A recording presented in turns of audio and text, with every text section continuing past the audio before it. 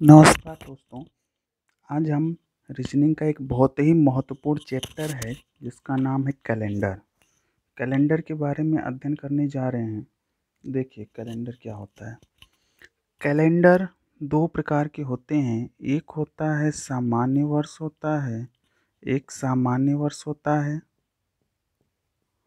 और एक होता है लीप वर्ष होता है। एक सामान्य वर्ष होता है और एक क्या होता है, लीप वर्ष होता है। या इसी को हम अधिवर्ष भी बोलते हैं। अधिवर्ष बोलते हैं, सामान्य वर्ष या अधिवर्ष बोलते हैं। सामान्य वर्ष ये लीप वर्ष और अधिवर्ष एक को बोलते हैं, सामान्य वर्ष अलग होता है। यहाँ तक हो गया क्लियर। इसमें देखिए फरवरी जो होती है वो 28 दिन की होती है और इसमें पूरे साल में 365 दिन होते हैं। और इसमें क्या होता है कि इसमें फरवरी जो होगी वो 29 दिन की होती है और पूरे साल में 366 दिन होता है। यहाँ तक तो क्लियर है। आगे देखिए पहचान क्या करते हैं, पहचान कैसे करते हैं। देखिए कहीं नोट कर लीजिएगा कि वर्ष के आखिरी दो अंकों में 4 से भाग देते हैं। दिन आता है कहीं तो 7 से भाग देते हैं और शताब्दी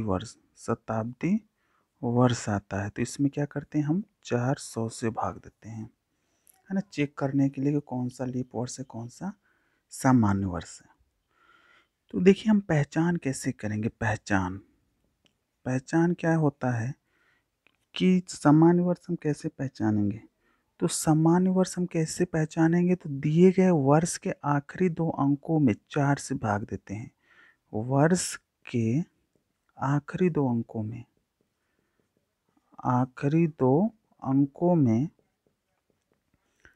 4 से भाग देते हैं। 4 से भाग देते हैं। यदि शेष बचता है तो यह कहलाएगा सामान्य वर्ष। यदि शेष बच गया तो यह सामान्य वर्ष कहलाएगा। और यदि शेष नहीं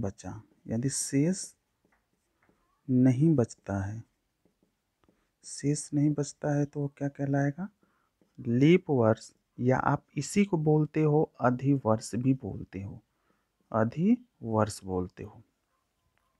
यहाँ तक क्लियर हुआ। आगे देखिए, आगे कुछ ऐसे भी प्रश्न आते हैं, आप पॉइंट करके याद रखिएगा कि सामान्य वर्ष का पहला दिन का मतलब होता है कि वर्ष का पहला दिन वह आखिरी दिन समान होता है। क्या होता है, समान। वर्ष का पहला दिन और आखिरी दिन क्या होता है, समान होता है। जैसे 1 जनवरी 2013 को क्या है, मंगलवार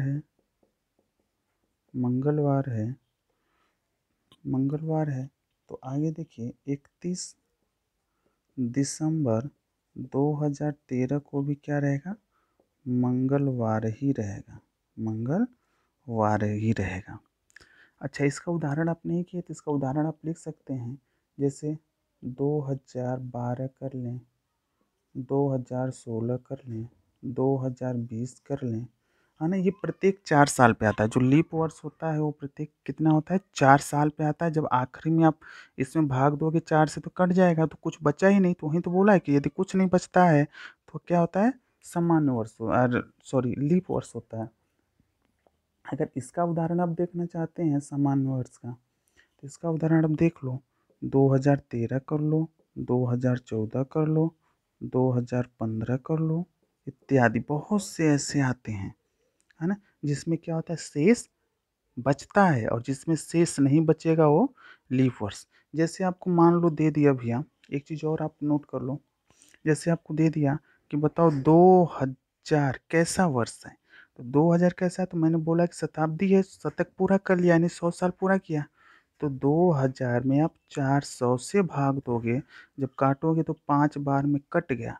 जब पूरा का पूरा कट जाता है तो कैसा हो जाएगा, लीप वर्ष हो जाएगा। अभी तो आप पढ़े हो, जब पूरा पूरा कट जाएगा तो कैसा हो जाएगा, लीप वर्ष हो जाएगा। तो यहाँ तक क्लियर है ना। चलिए आगे आपको बताते हैं, 1 मिनट।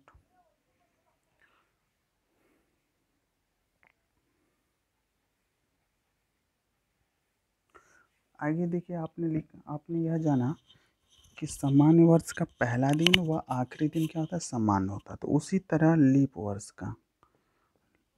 वर्ष का पहला दिन का मतलब वर्ष का पहला दिन व आखिरी दिन लगातार होता है।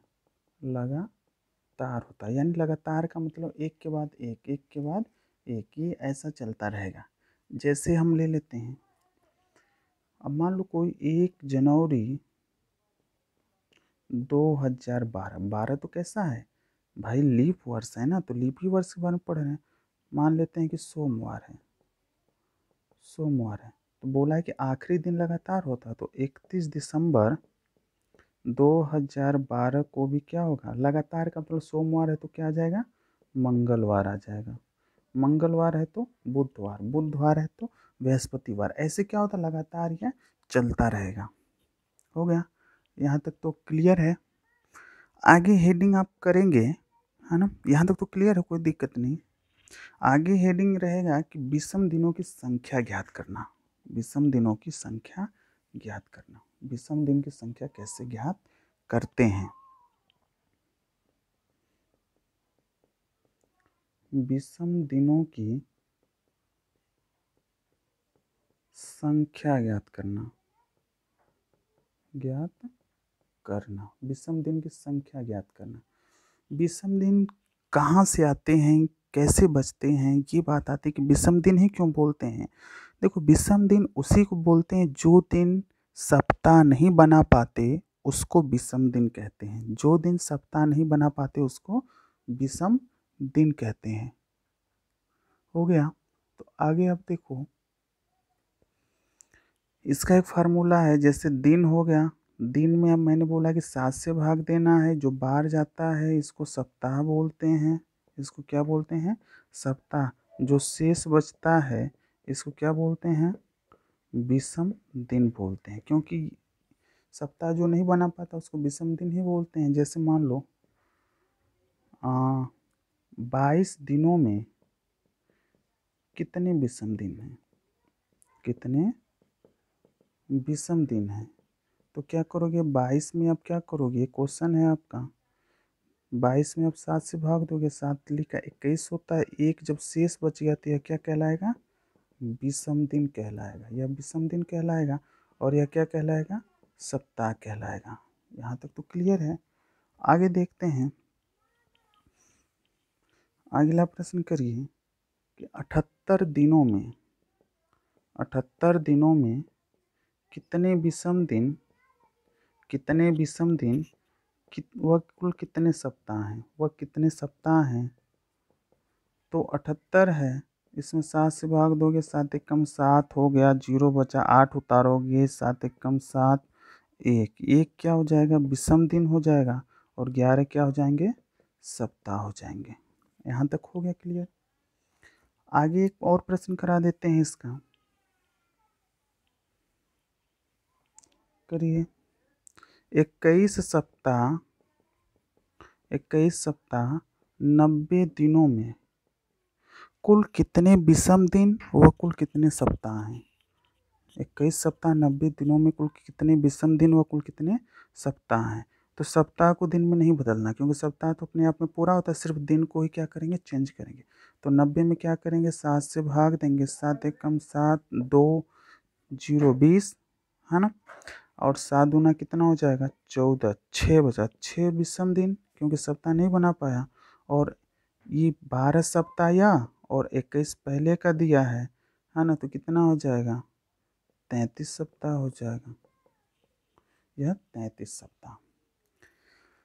ठीक है दोस्तों, ये कैलेंडर का फर्स्ट पार्ट है। दूसरा पार्ट जल्द ही लेकर आएंगे। इसके लिए धन्यवाद। अगर आपको अच्छा लगे तो लाइक करें और चैनल को सब्सक्राइब करें। धन्यवाद।